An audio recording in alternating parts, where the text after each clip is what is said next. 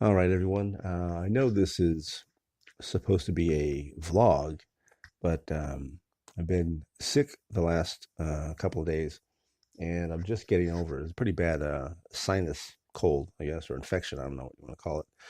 But you may hear me sniffle a little bit during this, I don't know, blog, podcast. I'm not even sure what to call it, but there is something that I need to get off my chest, and I was feeling rather down the last couple of days. Stuck in the house. It's raining, just pissing down rain here in Southern California the last couple of days. So I haven't really even gone out of the house. So sick, raining, and just feeling a little down. And I realized that I've had a real drama filled year. This whole last year.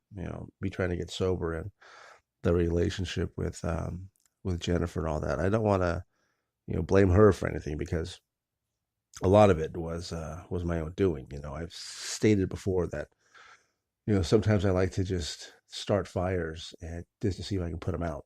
I think that comes from boredom and maybe um, a low sense of self worth. I'm not sure, but I know it has a lot to do with my codependency.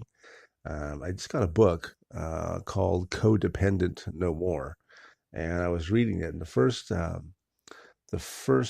little part, first chapter in the book was a story that someone else had written, and it was this lady talking about her marriage and she's alcoholic, and all of it really resonated with me. I was always trying to fix everything between Jennifer and I, always trying to fix her to make sure she was okay, not really um, paying attention to myself and all the shit that I went through. It was a tough um, 2017 for me. I had two deaths in the family. I was still trying to get sober, dealing with this relationship. I got 5150, all this stuff, and all I could think about was her. You know, um, and trying to make things better for her. And again, it's not her fault. It's my doing. It was my decision. And I realized that this drama that I caused in my life, it's it's unnecessary, and hence the title of this video or audio. Drama is a luxury, and it really is. If when I really take a look at my life, even though it's not perfect, my living situation and all that. My finances are getting better. The agency is bringing in some money. I actually have to pay taxes here this first quarter. But if I really look at my life and the things that are going on, it's pretty good. It's a lot better than many people have it. So me creating drama um, is a direct um, response to my life being okay. It's like I have the luxury of having a dramatic relationship, or going out um, drinking when I'm trying to be sober. And I do see a lot of that in AA. A lot of people have drama. Now, obviously, there are people who have real problems, psychologically or emotionally or what have you.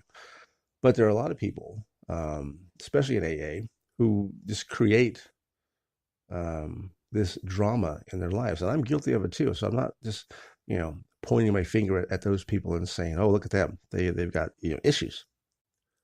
I say that because I have the same issues, and it's only by listening to these people and talking to them that I can see those character defects, as we like to call them, in myself.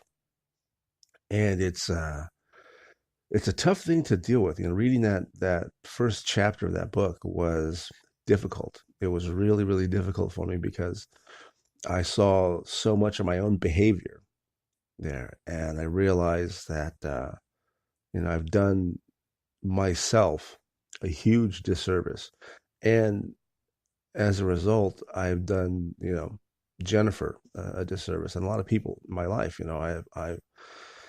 God, this is tough to even say. I screwed things up when they didn't have to be. I said a lot of things and did a lot of things that didn't need to be said or done, but I did it just to you know create drama, get that attention, and try to manipulate the people around me into doing the things that I wanted them to do. And it's incredibly difficult and painful to admit that.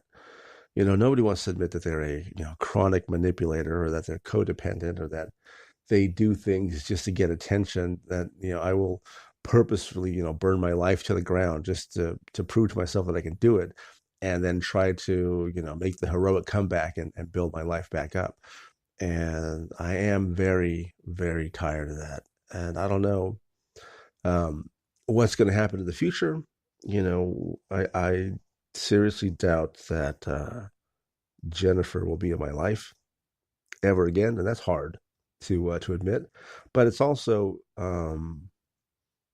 a difficult truth that that I need to come to grips with, because we were, in our current incarnations as people, we are just bad for each other. And there's no other way around it. I've had a lot of people, now that we're split up, tell me, "Oh yeah, that was a bad relationship," and I'm not at that point yet, to where I want to admit that. But the more I look at myself and my own behavior, my own actions, I realize that I am drawn to, I don't want to say flawed people, but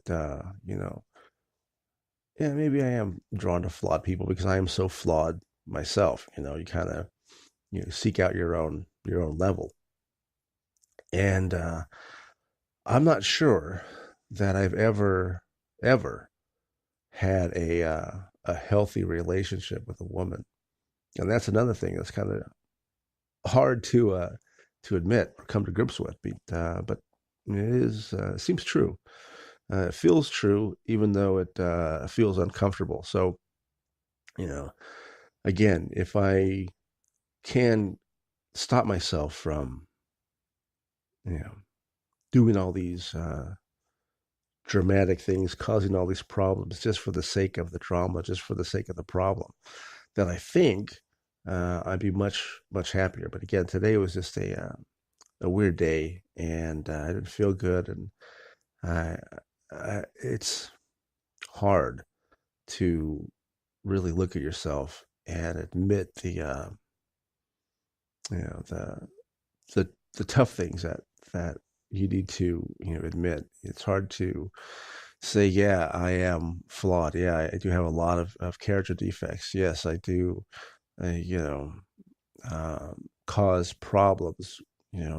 Pretty much everywhere where I go, and I can laugh at it now because I'm slowly accepting that I am a sick person mentally and emotionally, and this last couple of days I've been physically sick with this cold, but you know I'm doing my best to get better, to improve myself, to really come to grips with my mental and emotional issues. And I've talked about these, freely on this channel for quite a while.